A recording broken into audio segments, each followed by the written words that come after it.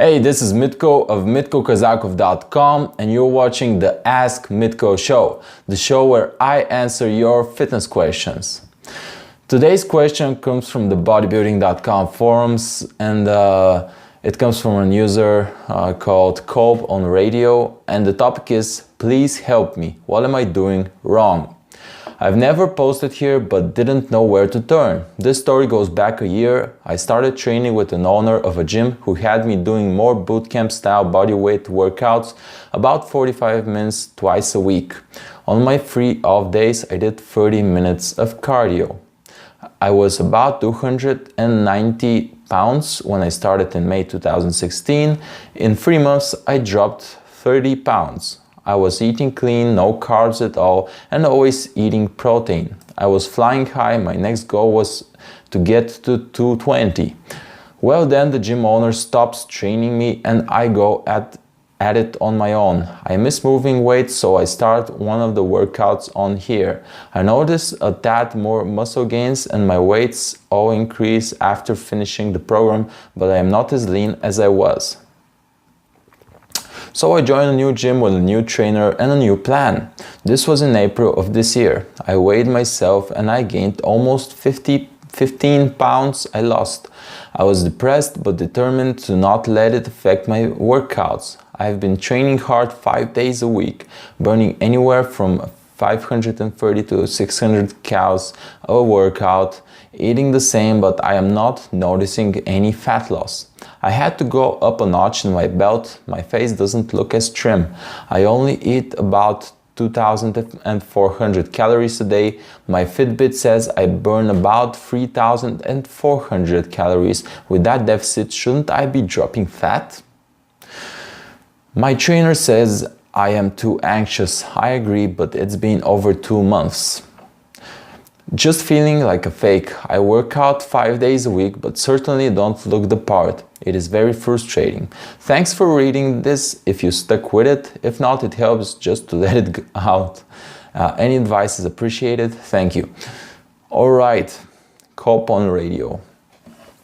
So this is a very common question. You basically have a person who was not fit at all, then they decided to get fit and they started working out. And so in the first few months they made a lot of progress. Obviously this guy dropped 30 pounds of fat, or mostly fat. And then what happens in a lot of these cases is they stop the program and they somehow gain it back, or a large part of that. So Cope on Radio gained back 15 pounds. Any change that is not permanent doesn't last. So you end up yo-yoing with your body. You lose the weight, then you stop doing all the best practices, and then you gain it back again. Because if you go back to your old habits of eating and training, or not training in this case, what happens is you revert back to your old body weight. So this is why it's so important to take it step by step and really instill these habits for life. And that's why you need to take on habits that are sustainable. If you take on some crazy diet that you never see yourself in a million years sticking to for the rest of your life, not just for a few months, then once you stop the diet, of course you're gonna gain it back. Of course you're gonna gain the fat back because you're eating the same way you did when you were fat. So what you have to focus on is really taking on little habits one by one, every 1 to 3 weeks. Only once you've established one habit do you start bringing on another one on board, and really take on sustainable habits that are that you see yourself doing for the rest of your life. So an example of a sustainable habit is have green leafy vegetables throughout the day. An example of a non-sustainable habit is eat these exact 5 meals every 2 to 3 hours for the rest of your life. That's not sustainable, and that's why exact meal plans have such a low rate of clients have such a low rate of consistency with exact meal plans, because it's just too hard. It's actually hard for us too, and for every fitness pro to stick to a super specific exact meal plan where you eat the same calories every single day and you weigh everything with a food scale. So what's happening here, to start answering your question, is you say you burn 3,400 calories a day, or at least your Fitbit says that, and you say that you only eat about 2,400 calories. So you're at a caloric deficit of 1,000 calories, and yet the weight on the scale is not moving. How is that possible? Here's how. It's not possible. Either your estimations about how much you're eating are incorrect, or the Fitbit's estimations of how much calories or how many calories you're burning is incorrect. It's impossible not to lose fat on such a huge caloric deficit. 1,000 calories is a huge caloric deficit. So it's impossible not to lose weight on that, and you've been doing it since the beginning of April, not from yesterday. So over a long period of time, you should be seeing results, yet you're not. So the only explanation is, guess what? What is happening is you're not actually eating less calories than you're burning, most likely. Otherwise, you would be seeing your scale weight drop. And by the way, 1,000 calories deficit is actually not a good idea. It's a huge deficit, unless you're super obese, of course, but this is a huge deficit. And while you might be losing fat if you were on such a deficit, you'd also be losing a lot of muscle mass. So I would say stick to, I don't know, it depends on your body fat percentage. The higher it is, the more it is okay to be on a larger calorie deficit until you bring it down a bit. But I guess keep it to 500 calories, like 700. Don't go overboard. But anyway, that's pretty much the answer here. You need to be more accurate with your calculations if you decide to stick to that approach of calculating your caloric intake and the calories that you're burning. I often see that clients have a very hard time with this one though. I don't know if you're acquainted with Precision Nutrition. They are the company that's at the very top of nutrition coaching and so on. And John Berardi says that there are these studies where basically the results of the studies show that the manufacturers put the numbers on the labels where it says how many calories there are in a certain serving of food that you buy are often 20 to 25% off, because guess what?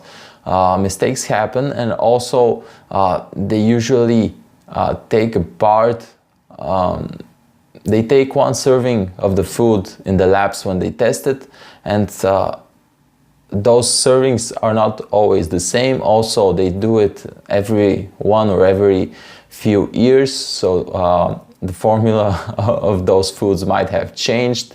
So the calories that you read on the labels are often not correct. They're often off by 20 to 25%. And usually clients also make mistakes in their calculations, and they overestimate or underestimate how much they eat by up to 15, 20, even 25%. So if you have on one side a miscalculation by 25% on the calories written on the label of the food that you're buying, and if you miscalculate them yourself by another 25%, that is a huge error, because now you think that you're eating 1000 calories below maintenance, and you're actually probably eating at maintenance. So that's a very common thing that happens. Another thing that happens is clients often forget that they should also be counting in their drinks, because guess what, if you're having a couple of cups of milk every single day, that's a lot of calories. If you're having let's say different juices or sodas or whatever, if you're having alcohol on the weekends, those calories need to be counted into your daily caloric intake. And a lot of clients don't know that, and they just count the solid food and they don't count liquids. And it's quite possible that these things add up. People often make the mistake of not counting sauces as well, and oils, and salad dressings, which often carry a lot of calories in them as well. So miscalculations happen a lot, and in this case, that is probably what's going on here, because you can't be burning 3,400 calories and eating 2,400 calories and not losing weight, not just fat, but weight, even muscle mass. So what's probably happening is you're underestimating your daily caloric intake, and you're overestimating the calories that you're burning. So if you're underestimating your caloric intake by 500 calories because you're not taking into account different liquids like alcohol, sodas, juices, milk, and so on, and if you are overestimating the calories that you burn by 500, then there you go. You have 1000 calories that you did not allocate correctly. And so you're not actually at a caloric deficit, you're at maintenance. And that's why your weight isn't moving. Because if you're actually working out and you're actually eating clean and you're eating at a deficit, then you would be losing fat. That wouldn't be, it wouldn't be the case that you're not losing anything. So that's my 2 cents. Thanks for the great question. This, by the way, don't get discouraged. Clients often make this mistake of miscalculating calories and wondering what the hell is happening. So definitely look into this, make sure that you've got everything right. You could also, my advice is just to go the intuitive route. Keep the amounts, you have the amounts of food that you're eating right now, and remember that liquids are counted into that as well. And what you want to do from here on out is cut 500 calories out of the total intake that you have right now.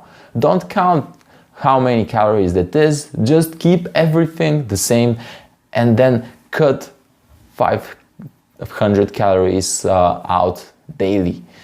So that way you don't have to count every single meal, every single calorie. You can just be sure that you're not eating as much as you cut some of those calories out. And make sure to not cut the protein, but mainly cut the carbs and maybe some fats. And definitely trans fats, of course, and unhealthy foods in general. So, thanks for the great question. If you guys have a question you want answered, I will try to answer it to the best of my abilities. Make sure to shoot me an email at mitko@mitkokazakov.com. You can also reach me on my Facebook page at Mitko Kazakov Official, and you can also find me and DM me on Instagram at Mitko Kazakov Official. You can also, of course, use the contact form on my website mitkokazakov.com/contact. So get in touch and let's talk.